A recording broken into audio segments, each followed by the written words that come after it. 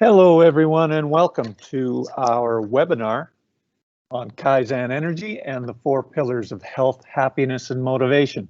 We'll be starting up in about a minute here. We'll get the presenters going, but in the meantime, I just thought I'd bring to your attention, if you mouse over the presentation, a dashboard will come up. You can open up the Q&A board while you're watching the webinar. If you have questions at any point in time, you can type them into the chat box there, and we can get those addressed following the presentation. So welcome to Kaizen Energy and the 4 pillars of health, happiness, and motivation. I'm your host, Chuck Cherry, and it's my pleasure to introduce our presenters today. Today we have Jesse Martin, who is a senior managing consultant for Kaizen Institute USA. And we're also joined by Euclides Coimbra, who is the managing partner for Kaizen Institute Western Europe. We're excited to have these folks with us here today to lead us through this presentation, which is never been shared outside of Kaizen before. So we're looking forward to that. Our webinar will include a question and answer period following the presentation, so please stay with us for that. And with that, and no further ado, we'll turn it over to Jesse and Euclides. Go ahead, folks. Well, good morning, everyone, and welcome. We're really quite glad that you were able to join us today for this, very first time that we've decided to share our Kaizen energy model outside of Kaizen. And a little bit of the background on that is that our teams work really hard and at a very high pace, and it was decided pretty early on that we needed a pretty robust program to prepare consultants to lead a life of a really fast pace. And so an internal program was developed to help them do just that, to prepare themselves for their day, to make sure that they're getting the things that they need, both emotionally, mentally preparing for the day, and really learning, as you'll hear throughout this, to operate like a corporate athlete rather than just a consultant. So I'm very honored to have with us here today from the Kaizen Institute of Western Europe, Euclides, who is instrumental in developing this program. So before we get started, I'll just give him a quick moment to introduce himself to the team.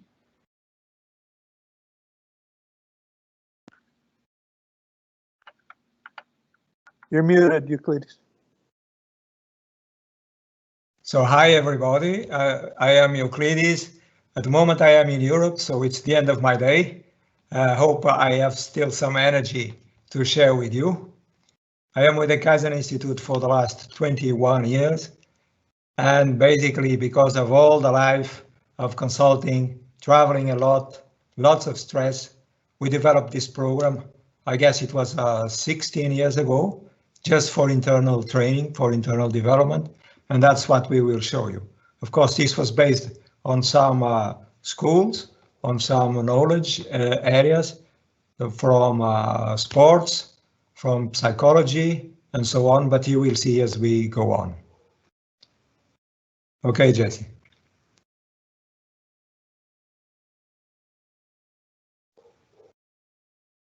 You're on mute, Jesse. For the folks that are not aware of Kaizen, right? It's really important that this is a foundational part of really who we are and the values that we work with, right? So at Kaizen, we believe in improving the world, everyone, everywhere, and every day. And part of that also means that making sure that we're doing well ourselves so that we can go out and help other people.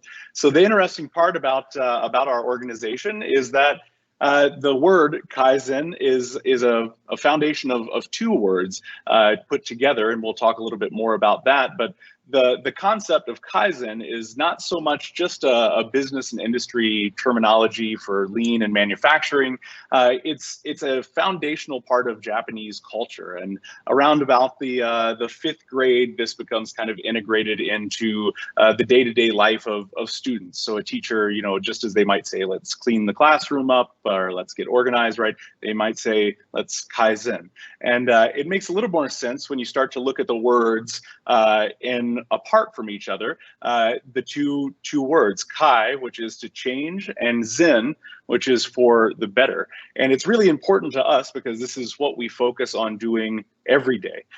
More so, it's typically when we're in business and industry, right? But we also have the interpersonal part of Kaizen that's really important.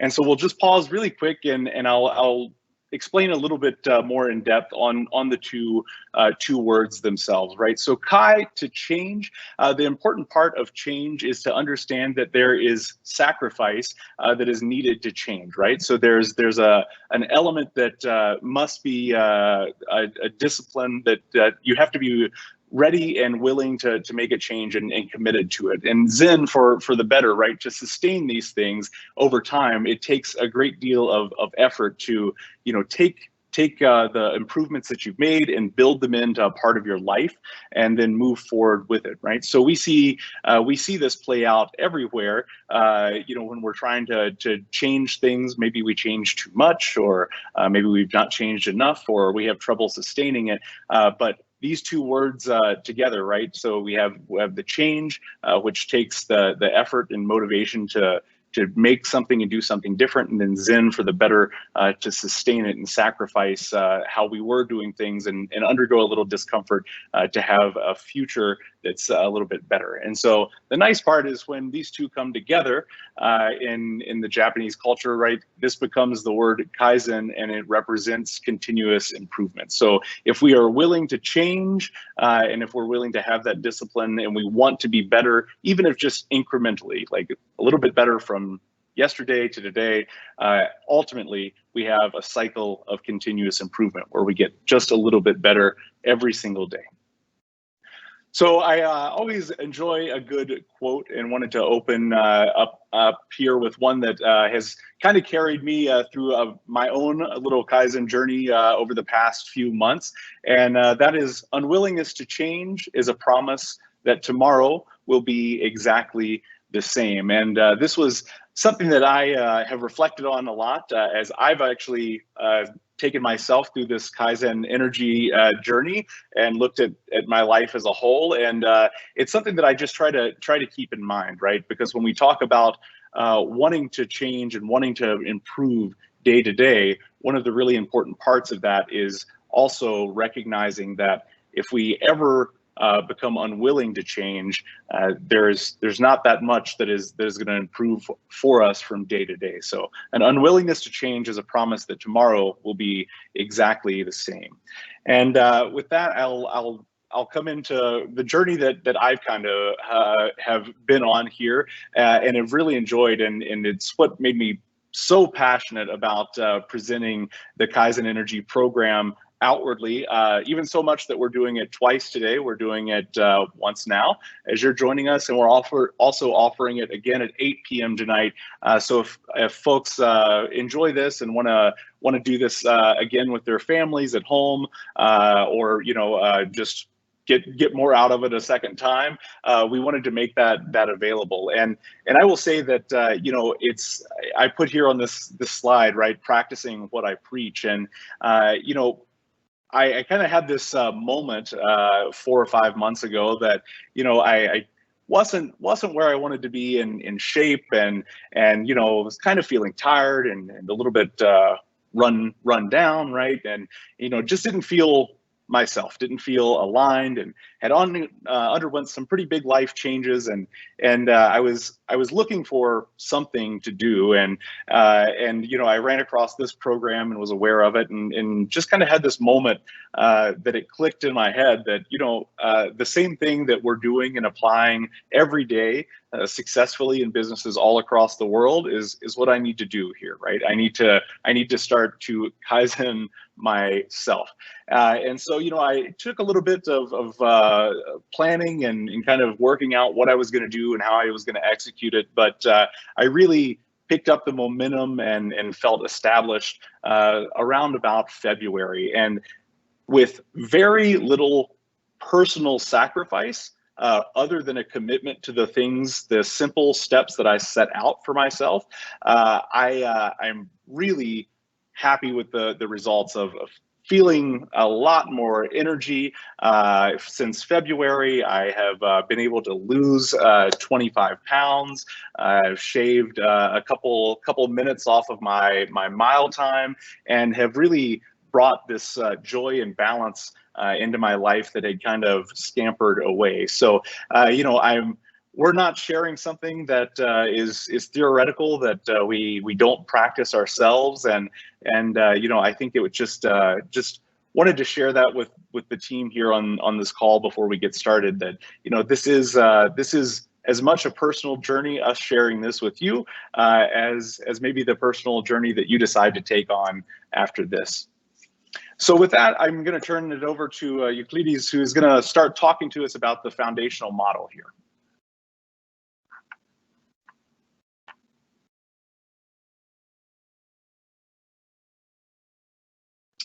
I believe that you might be on mute. Okay, sorry, always forget this. So we have to look into what is business success and company success, and this is the graph on the left. So the sum of all your organizational energy is the sum of all people in your organization. So your productivity, your achievement as a company is the sum of the energy and achievements of all people in the company. It's the sum of all the associates, all the employees. And if you look in the right side, on a personal side, you can see that we are born, and then there is a demand curve. This yellow curve is the demand curve. So it starts increasing and never stops increasing. So the demands we have in our life are never ending, I would say.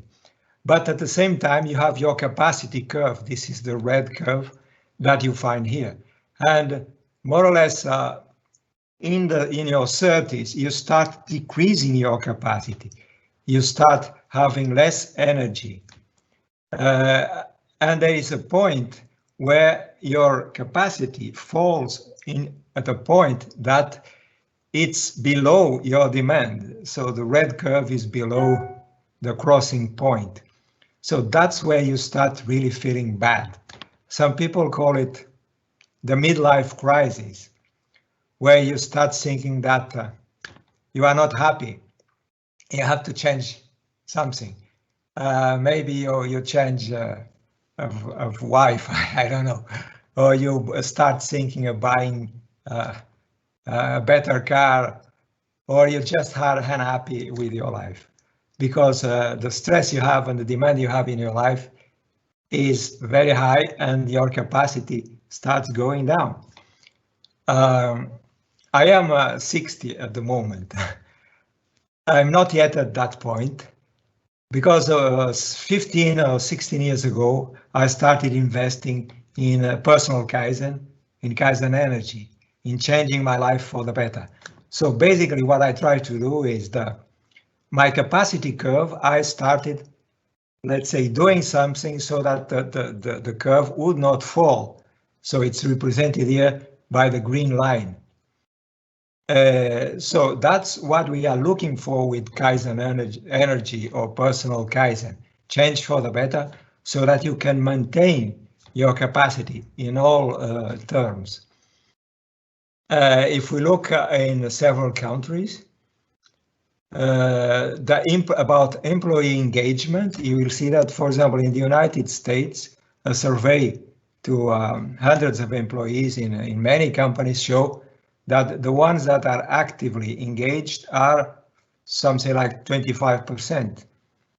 Most of the employees in a company, most of the people are partially engaged. This is more or less 55%, and there is a percentage that is actively disengaged. So we have seen that in all countries all over the world, it's the same pattern. Only a small amount of people, according to the Pareto principle, 20% of the people are really completely engaged, completely energized, completely motivated, and at the same time happy. So the four sources of energy, we say, if you are engaged, you need to be physically energized, emotionally connected, mentally focused, and spiritually aligned with your mission and with the mission of your company. And every thought, every emotion, every behavior can have an energy consequence for better or for worse. Sometimes it's something that you listen, a criticism. Sometimes it's something that you think about.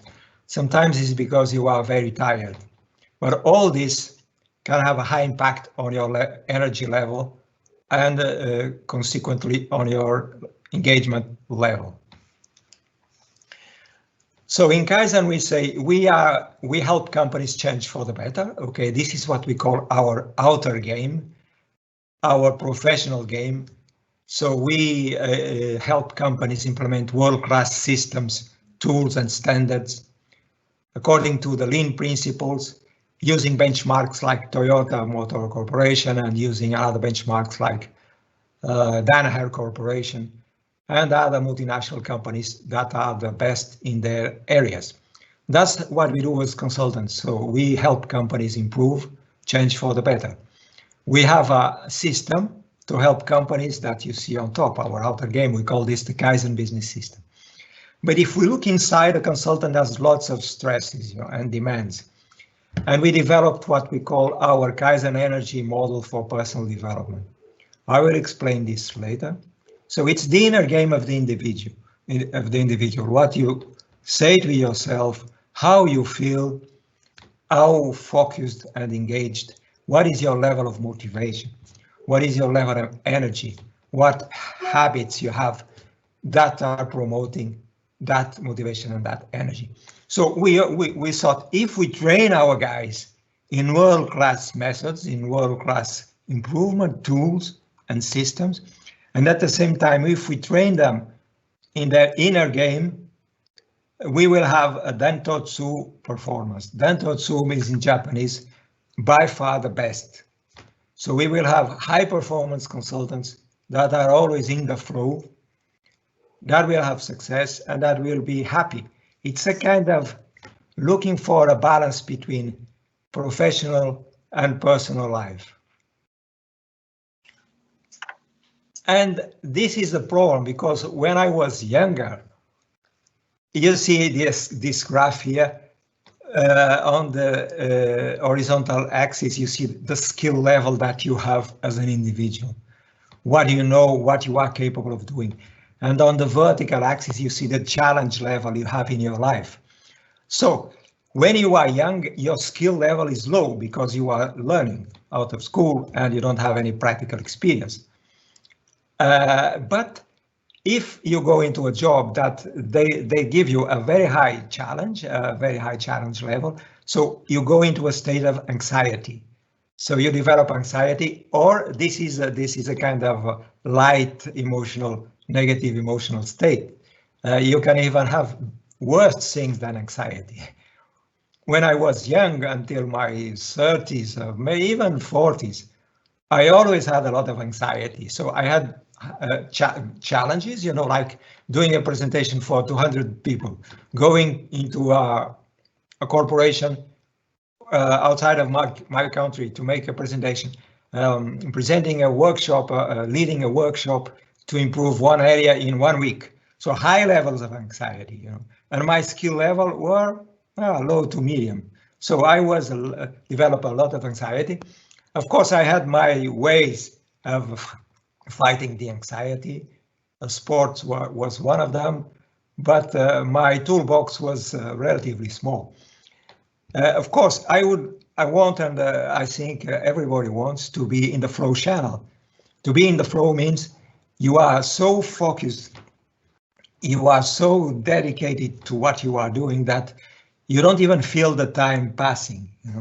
There's a book called Flow that we also recommend that shows this. So when you see an athlete playing at his best, doing a very good game, winning the game, he's playing in the flow channel. So he's really balancing the challenge with the skill level. Of course, the higher the skill level, the closer you are from the channel. You see that what you can do, if you are in anxiety, You can increase your skills to move to the flow channel, or you can decrease your challenges. We will see that if you decrease the challenge, maybe temporarily you can do that, but you have to progress in the flow. So all time we need to position ourselves in the flow channel. Even the opposite, you can have boredom if you have lots of skills and not enough challenge. So we have the old paradigm. The old paradigm of productivity and engagement and energy is when you say, yeah, I have to manage my time. I have to avoid stress. Life is difficult, so I have to accept it. Downtime is a waste, so I have to be continuously working on this. And performance is rewarded. To have performance, you need to reward yourself. Failure is punished and positive thoughts cause progress. But the new paradigms of Kaizen Energy, I will pass it to Jess because he will continue on this. Yeah, and that's really the one of the key concepts, right? When we talk about the paradigms and the things that we set up in our lives, right? There are things that become our normal. So no matter where you are right now, you can participate in this activity with me. So all you need is 2 hands. It doesn't take a lot, right? So if you take your hands and cross them, interlace your fingers, it looks something like this, just as you normally would if you were clasping your hands.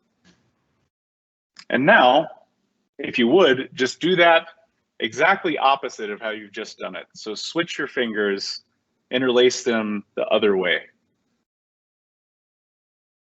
Now, I know we can't see and hear each other, but as you're sitting there with your fingers interlaced the opposite direction that you naturally went to, what you're probably feeling is a paradigm.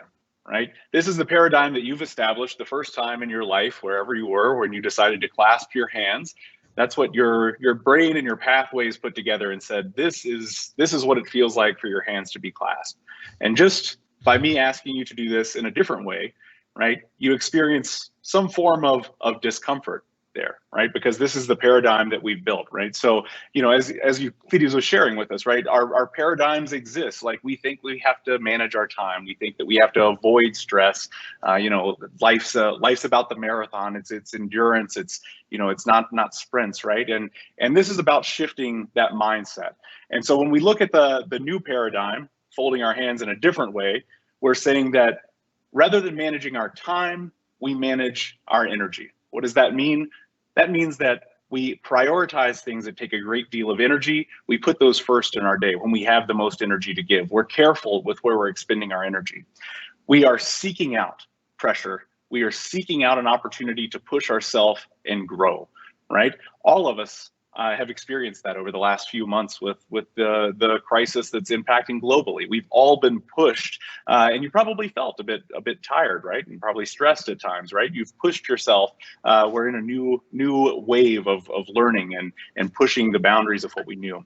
Life is a collective series of sprints, right? If we look at it as a marathon, we can only look at it as we're either going to win or lose, right? It's one race. But a sprint, it's a series, right?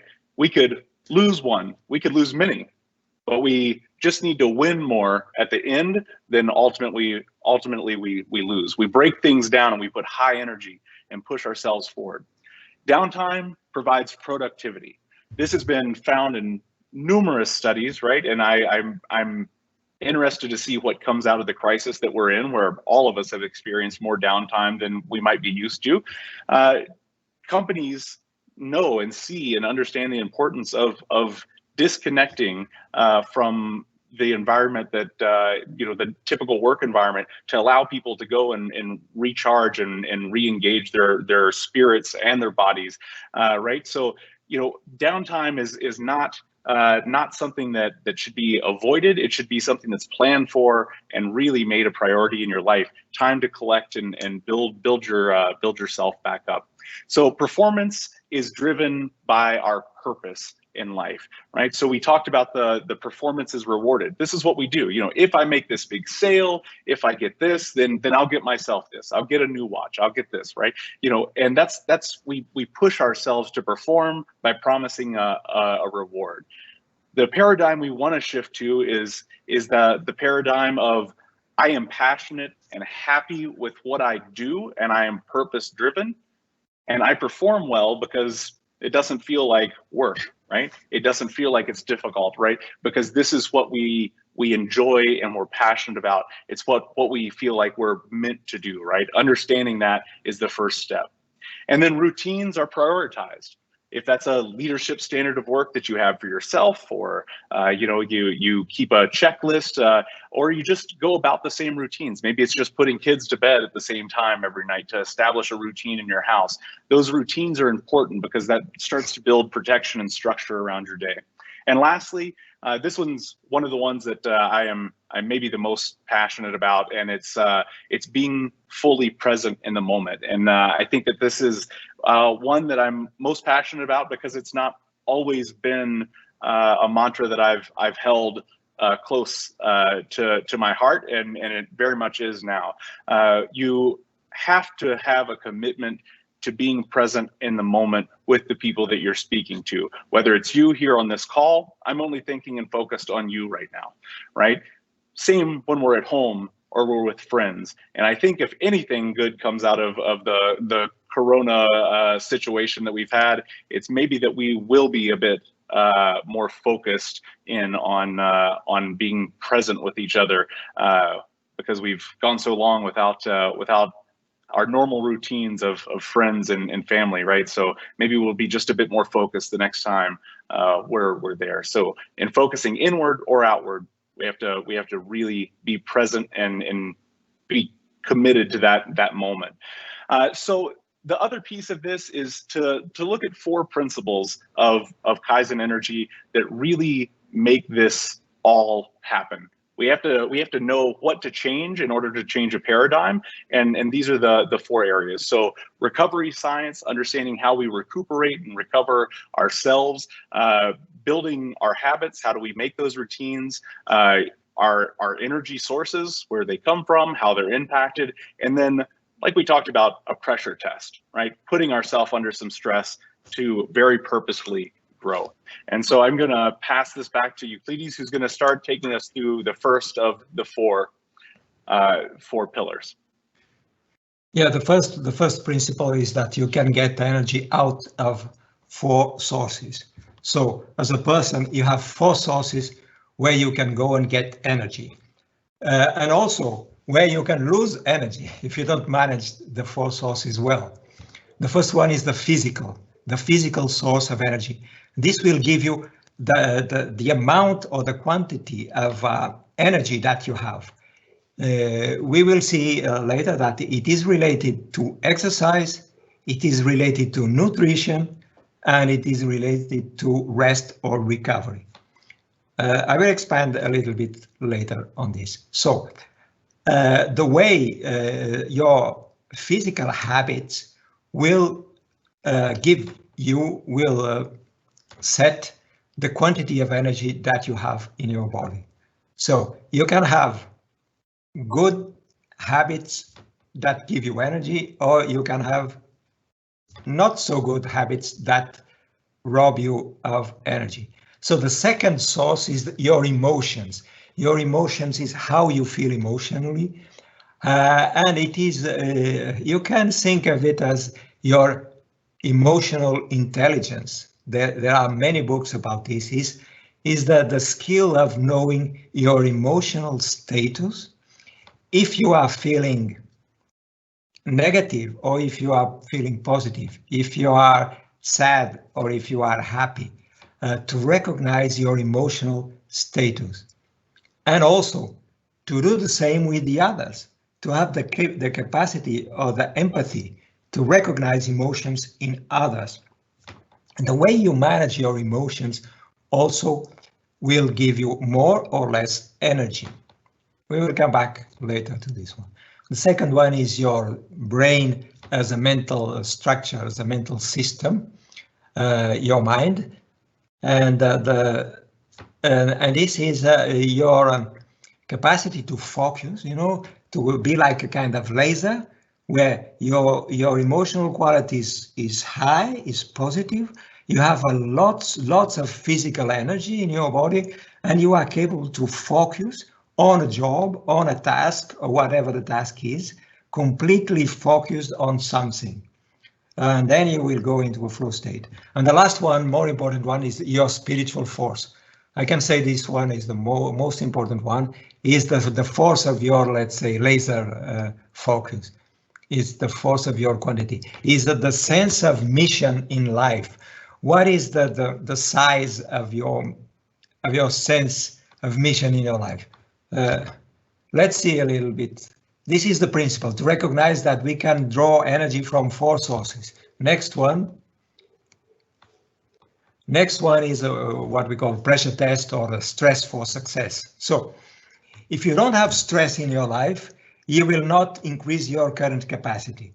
So your current capacity will only be increased if you do stressful jobs or difficult jobs. When I started in Kaizen Institute, I remember telling to some colleagues, I want to do very difficult jobs. Please give me something difficult to do. This is the stress. I need this stress to increase my capacity. Of course, maybe I will get some anxiety, but I will balance this anxiety with some rest and with a little bit more physical capacity if I can. So stress for success, or pressure test, the test of pressure, is very important also. Next, please. And this principle is recovery. So this one is the most important one for me. So your life must be like an oscillator, you know. So you have moments of stress, and this is the stimulus for growth, energy out, you are expending energy, but you need to balance with recovery time when growth occurs, like an athlete, you know. You can do a very intense workout, but then you have to rest and recover. And this principle of oscillation, concentration, focus, and then recovery, you have to apply it, I would say, every 2 hours. At the moment, I'm doing this every hour, you know, so I'm completely focused on the job at hand for 1 hour, and then I relax for 10 minutes. I go for a walk, I just stand up and make some stretch of my body. I look at something interesting. I do a small snack, and I am always moving between stress and work and recovery. So all my days are like this, and I try to do it on a cycle of 1 hour to 2 hours. It depends on the job, but I can deliver 8 hours of focused work and have these periods of recovery. So this is a very important principle. You always have to think of this curve, you know, where you are spending energy and where you are recovering energy. Next is, and the last one, and the science of habits. So building habits. So you can only change your habits if you practice. Like Jesse was doing, if you cross your hands like this, if you change the way, you feel something different because your connection in your brain is different. So the only way to feel good this way is to practice. So you have to make new, let's say, processes, new things, a habit by practicing, changing old habits by new habits only by practice. Okay, and so we come to the model. So on the top, you see our goal is to have more motivation, more energy, to create a flow of happiness needed for success in your life mission. And you have the 4 sources: the spiritual source, the physical source, the emotional, and the mental. The spiritual, it's the answer to why I live, a good answer. What are my values? What are my objectives in life? What is my mission? So the way to develop this skill, the skill of being aware of your mission in life, is to practice, is to think about your values, is to think about where you want to go in your life, your objectives, is to think in a way, what is your mission in your life? So you have to think about it to develop this, let's say, skill. I will show you how to do this in the end. Your physical energy, you have to engage in movement, exercise, you have to have right nutrition, and you have to rest or recover. The emotional side, positivity, self and social. Try to change a threat into a challenge. And the mental, the capacity to focus and realistic optimism. Mental practice, visualization and focus. And of course, on the base, it's the four principles I've just tell you. The four energy sources, stress for success, recovery, and the habits. Okay, Jesse, I think it's up to you now.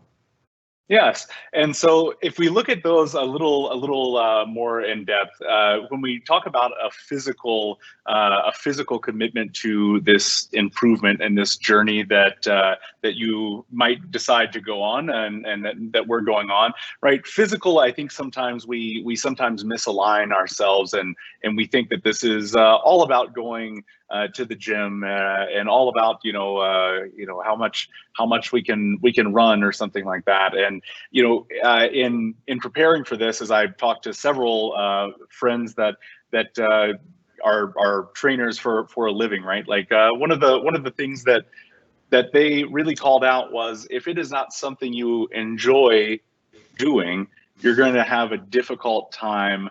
You're going to have a difficult time kind of focusing in on doing that every day and making the commitment.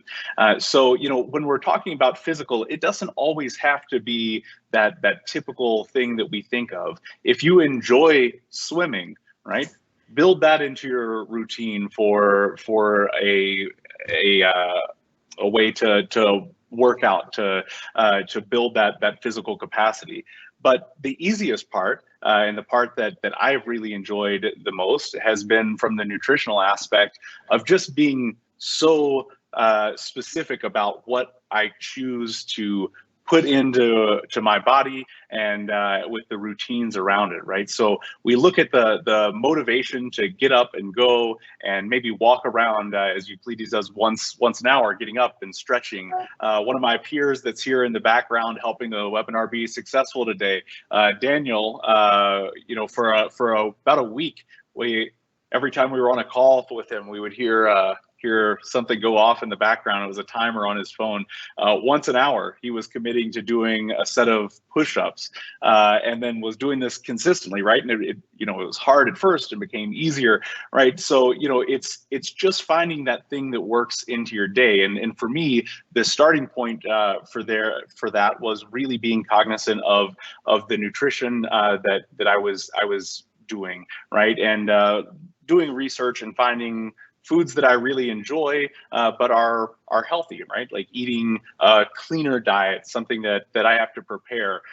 Sure, it takes a little bit of extra time, maybe 5 or 10 minutes more, but I get that time back in the energy that I get on the other side from being able to function in a better way. So find that balance of moving in a way that's joyful to you. Maybe it's as simple as playing with a dog in the backyard, or dancing with a child in the living room, whatever that is, right? Find the thing that works in your life, and that's the only way that's going to have really good sustaining results, right?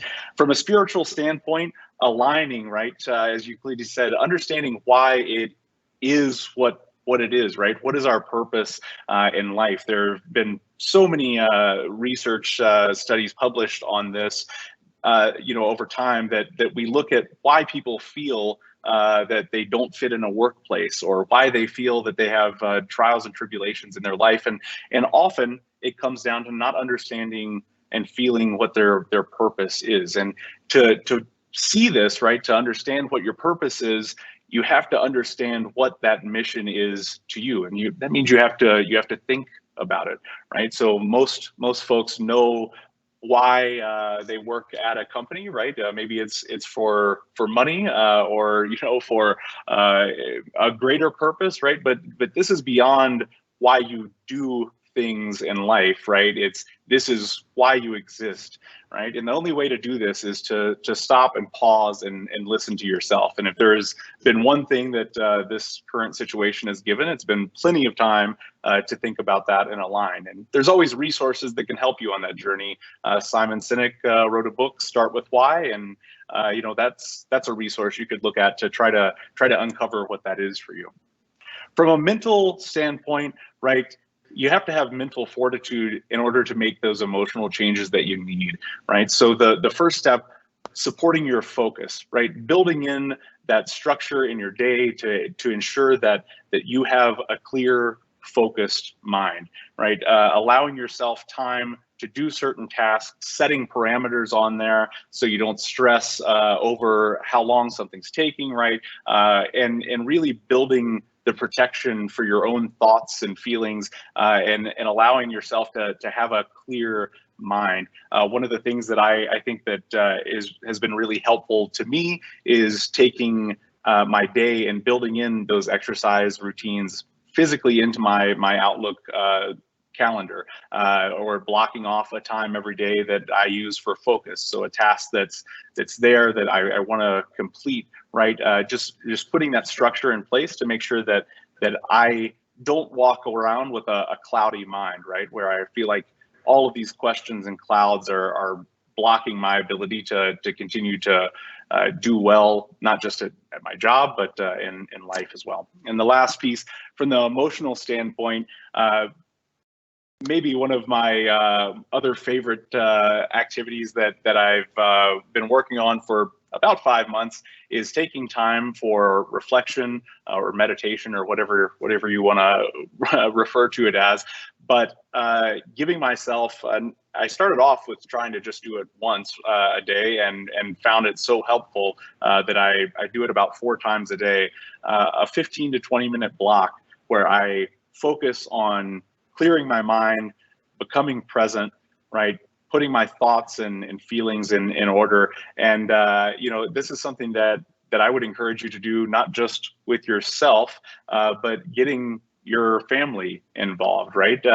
Giving a moment of quiet and still that you can be present there with each other, and kind of hear the thoughts and feelings of each other, or maybe just sit silently, but really practicing on allowing your mind to empty itself and kind of recenter you back, right? That emotional happiness is then finding, once your mind is clear, going after things that bring you joy. If that's reading a bedtime story to your children, if that is going and volunteering at a homeless shelter, if it is, you know, whatever it is, painting, singing, find ways to build that into your structure, because you have to have that joy, to have that emotional well-being that it takes to truly win those sprints in life. And so true Kaizen, right, is not about just having a neat webinar and telling you all these nifty things and showing some pretty graphics. True Kaizen is putting a plan in action and making sure that you can walk away with a real actionable plan. And so in that, we'll turn it back to Euclides, who will talk to us through building out our ideas into actions, and then utilizing the A3 methodology to be successful in a Kaizen energy journey. Okay, so perhaps you know what is an A3. It's a kind of problem-solving template where you start with a current state, and then you develop a vision, like a future state, and then you make an action plan. It's a kind of problem-solving, and let's look how we can do this for your personal life. It's the next slide. So this is an example of what we do in our internal training course. This is a personal or an inner game improvement A3. You may notice that this one was done, it belongs to me. It was done in 2010, so 11 years ago. It's in the top right, the date. And it's something that we develop in our course, in our internal workshop that we offer to our consultants. So on the top right, you see we have a current status, or what we call our flow weaknesses. the weaknesses that are robbing energy. So you can see that we have 4 graphs. One is for the physical weakness, another one the emotional weaknesses, the third one mental weaknesses, and the last one spiritual weaknesses. So we have a list or a kind of audit or assessment with weaknesses. And each consultant, we just look and decide, I have this weakness, I have this weakness, I have this one.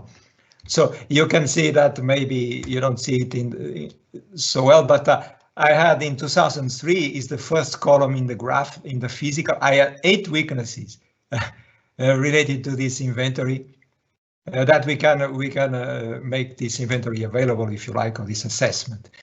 But in 2010, I had 0 physical weakness because I was eating well, I was doing exercise, I was sleeping well, I was recovering well. So from 2003 to 2010, I could eliminate all the physical weaknesses. But in 2010, I still had 3 emotional weaknesses, and I had 1 mental weakness, and I had 1 spiritual weakness in my own assessment. So the second block is I pick the top 5 weaknesses I considered myself that were the most important ones in this date in 2010. So you cannot read, but I had basically in 2010, I still had 3 emotional weaknesses, and one was, for example, being overly self-absorbed. So I was so absorbed with my work that I would not talk too much with the colleagues, for example, or with my people. And my current paradigm, I make a list of why I do this. I do this because I was always an introvert, and I think talking to others is a waste of time, And my new paradigm, I have to change my way of thinking, and I have to talk more with people. I have to improve my social skills. And in the second weakness, you can see to improve my emotional coefficient in terms of emotional intelligence. So we do this, and everybody, this is self-assessment. This is personal. We don't force anybody, Nobody is obliged to show this to anybody. They just do it if they like it, And the last block on the right is a habits action plan. So for each one of the top 5 weaknesses, I developed a ritual, some practice I want to do to overcome the weakness. Like, for example, you can see the first one is self-absorbed.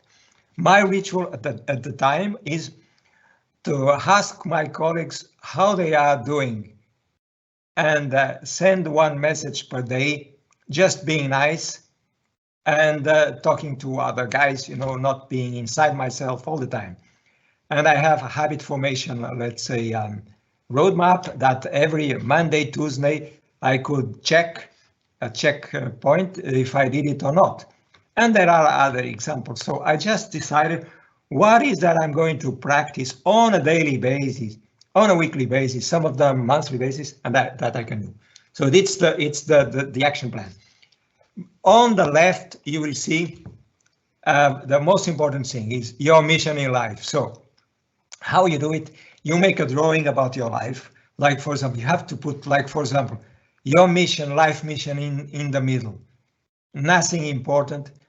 But the way to do this, you have to think, what are my values? And each axis is a value. Like, for example, I always had a value like it is about knowledge and understanding things. Because I'm a consultant, I always liked to learn new things. So this is a value. At the same time, I reflected on what I do better than everybody, what gives me pleasure, and I really feel well by doing. So putting all this together, mission in the middle, each axis is a value. Along each value, I put some objectives. For example, in 2010, one of my objectives was to have 100 consultants in one of my regions. So I just represented that there. So I just think about what are my values, what I do well, what is my mission in life, and just by reflecting, I am developing these spiritual skills. So, and then I can do this every year. I will have a problem at some time when I don't have any more weaknesses coming from our list. That does not mean I don't have weaknesses and I don't feel bad. For example, you know, I am measuring one of my KPIs is the heart rate variability. So I measure my heart rate variability, not the heartbeats, but the time between heartbeats. I have a ring here that measures this always. And what I noticed in this crisis is that my emotional status was going down. My HRV was going down. I was feeling stressed all the time. It is an effect of the time we are living, that everybody's stressed, everybody's afraid to go out, to talk to people. You are not talking to people, you are not, let's say, sharing your emotions with others. So it doesn't mean that we don't have problems, and always we have to think about it and measure. So developing the habits, having a clear sense of mission, and then you will get extraordinary results. So your capacity or skill curve will go up, and you can cope with your stresses, and you can have a good balance between the challenges you have in your life, professional life, and how good you feel, your happiness with your family and with yourself. And you get in the end automatic growth. And to tell you the truth, in my life mission is to arrive to 100 years old with lots of energy and happiness with my family and a sense of achievement and proud of what I did also in my professional life. So thinking about this gives you good feelings, good energy, and practicing also the habits. Okay, Jesse. Absolutely, and we wanted to make sure that we left time for questions today. But you know, I will just again, I wanted to thank you, Euclides, for joining us today. Definitely a really good treat. And you know, when we think about things that make us value not just where we work, but what we do, right? You know, for me, it's really a treat to get to work with our other business units in a platform like this and share something that we're all so passionate about and to see, hopefully see folks apply this at other areas of your life, right? So again, thank you guys so much. And Chuck, we'll turn it back over to you for any questions. Thanks, Jesse. Thanks, Euclides. That was a great presentation. We don't have a lot of questions at this point in time, and what I would like to do, anybody that's with us that does have a question for Jesse or Euclides, please do feel free to put those into the Q&A chat box, and we'll get them up here. But I do have one question, and so there was a lot of great information in the contained in the webinar. But for people who are doing this sort of from a first steps perspective, what would you do first? You mentioned the inventory there. And if you don't have that sort of process to follow, how would you start this? Well, I would share, and Euclides, I'll also kick it to you for your input, right? So I think for me, the first step is feel free to reach out to us, and we would help you out with that information. But you know, I think you have to look at the thing that's really bothering you the most, right? We talk a lot about you know, root cause analysis, and you know, for me, when I looked at why I wanted to start the journey, it was, you know, kind of looking at your life and going, you know, what am I doing here, right? Like what's the purpose and what's the outcome that I want, and you know, really trying to focus just on one thing, you know, not taking the January 1st approach to health and wellness, right? Like, you know, we're gonna eat mozzarella sticks and terrible food on the 31st of December, and January 1st, we're going to run 4 miles, and then we're going to do it every day, right? Just picking something reasonable and saying, I want to improve this. And I partnered with one of my other colleagues on our North American team, and we had some good conversations about simplifying our life as far as too much clutter, too many things, and their family had moved from Europe to North America, and they had to go through this kind of personal 5S journey, and it brought a lot of peace to their life, right? So something easy to control, right? Getting yourself organized, feeling like your environment's under control, so then you can ask those harder questions. Euclides? Okay. Yes. To start with, you can take some simple measures. Like first one is sleep. You have to sleep minimum 7 hours, otherwise you will have no energy. And you have to sleep well, Also, this ring I have will measure sleep, so I know how much time I sleep every day. I have an app for that. I am very conscious about sleeping, I have a good sleep. I cannot sleep more than 7 hours by being 60. When I was 30, I could sleep 9 hours, but also 9 is too much. So sleep is very important. And another thing that helped me a lot, for example, is meditation. Even 5 minutes of meditation, just simple breathing meditation, also will help you a lot. Even if you don't sleep well, if you meditate 5 to 10 minutes before bed, it will help you sleep, and it's very useful to control and you start being aware of your emotional status. If I had to pick another one, I would do, for example, exercise, but that depends on your personal taste. If you are an exercise guy, maintaining a regular exercise routine is good. If you're not an exercise guy, just walking your dog and just moving and just following the principle of oscillation, you don't spend too much time without movement. No more than 1 hour. Then you have to move, then you can sit again. Of course, if you work in an assembly line, then you have to do the opposite. You are always standing up working, and then you have to rest by sitting, depends on the type of work you have. But I would go for that, movement, sleep, and some kind of breathing exercise or meditation. If you start with that, that's the 5S, the basics, of starting to get more energy and more motivation. Thanks, Euclides. So we've got another question here. Is it possible to share the inventory to assess weaknesses? Is there some document that can be shared with the folks who are registered here about that? Yes, we will send it. Yes, of course. We will send it, make it available. It's a kind of self-assessment that you can give points to yourself. Okay, in the course, we explain why that is a weakness. So we don't say it is just a weakness. Like, for example, drinking alcohol every day.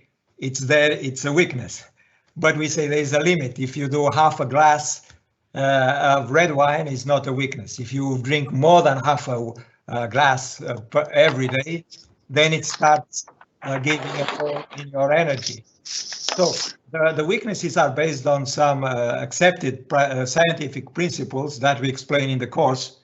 But of course, then it's up to you if you accept those statements of weakness or not. Perhaps you accept most of them and some of them not, but there is a reason why we consider that is a weakness. Okay, thanks, Euclides. It's not a question, but we just had a comment from one person in the webinar that it would be useful for HR practitioners to implement something like this into their onboarding process when they have new employees, and that's probably a really good point. Yes, this is good guidelines. We do it for every consultant when they onboarding the consultants, and we find that they come out of university with lots of mental energy. They think very fast, they can focus well, and also the other pillars are not so well developed. Most of them are engineers. They have very good in thinking processes, but emotionally, some are, some not, and physically it depends. Either half. And the spiritual development of the individual also needs to be worked. Okay, thanks, Euclides. Just while I'm waiting for any final questions that might be coming in right now, I'll remind everybody that anyone who's registered for this webinar is going to get an email that'll contain a survey link. The survey, if you fill out the survey within 24 hours, you will also get a certificate of attendance at this webinar. Along with the survey link, you'll also get a link to our YouTube channel where you'll be able to access the recording of this webinar, as well as all of the webinars that we've done to date in this webinar series. And also, you should be able to access a download link if you want the slide pack for this. So with that, we have I'm just going to check here and see if we have any other. We do have another question that's come in late here. So this person believes their workload is high and may even touch on the workaholic sort of schedule. How do you fit routines into your schedule and still be able to complete the work? Do you expect this to balance out eventually? And do you think you can keep up the productivity while implementing all of these steps? Well, I'll share, right? You know, I maybe align with this person a little bit, right? I really love what I do, so sometimes I can work probably more than I should, or longer hours than I should. And you know, to say exactly what we preach with Kaizen methodology, it's not about making a big change and throwing 15 things into your schedule, but something really simple and manageable, right? So, you know, for instance, the reflection time was important to me, and I felt like it was a very simple step. So really early on in this process for me, I said, okay, you know, I'm going to set my alarm 30 minutes earlier, and I'm going to wake up and I'm going to do reflection while I'm laying in bed. And that progressed to, okay, I do reflection at a different point of the day, but that 30 minutes I read something interesting, right? So it just kind of take a balanced approach to adding things in, because what you will find if you align your mind and your thought process and your workload, the really interesting thing is that really busy schedule starts to free up, because a lot of what's going on in there is just kind of swimming through murky water, because you're not giving yourself time to clear your mind. Thanks, Jesse. Okay, so last question, and I think this one's for Euclides. Given that there's been some time, you talked about 10 or 11 years since you first started this, do your challenges and goals change over time, or do they remain constant? Well, I had a time that I had a very high challenge. I was the CEO of Kaizen Institute for 7 years, I think. I was traveling worldwide. I was working in Russia, Asia, everywhere, South America. I had my family. Sometimes I was out 3 weeks in a row. It was really challenging, and I had to grow the company, the Kaizen Institute. But I think I could cope. At least I'm proud of what I did at the time. Nowadays, I'm responsible for 5 countries. It's a little bit less challenge, you know. But at the same time, in my, let's say, scope of action, these 5 countries in Western Europe, I still have enough challenges. So sometimes you have to balance, and you have to think, okay, maybe the challenge I have is too much. But it depends a lot on your life mission, you know. So how strong is your life mission? What do you want to achieve? What are your values? What you have pleasure in doing, you know? So sometimes the challenge is too much and you have to come back or reduce it a little bit. Sometimes is enough. So it's a fine balance, but how you solve that is by working on your life mission and by reflecting. Basically, it's the only way you can do it. What are the values you got from your ancestors, your father, your grandfather? What do you like to do? What you have pleasure in doing? What do you think you do well, and that you can give a contribution to society? And and have, let's say, happiness and be happy at the same time. So it's a fine balance between all that. And we make people reflect, our guys, you know, on the A3, on the left side, just think about what is the life mission. And when we had some people that said, okay, I want to change. I don't like to be a consultant. And we changed people to development, for example, or to marketing or to human resources even, because they have family and they want to have a better balance. And they are doing a fine job with that. Okay. Thank you, Euclides. Thank you, Jesse. That's going to wrap up our webinar for today. I want to thank everybody for attending, and also a reminder, our next webinar is going to be on Tuesday, May the 12th. It's going to be on simple problem solving, and we would welcome you back on Tuesday next week. So with all of that, thank you very much. So long, folks. Thank you.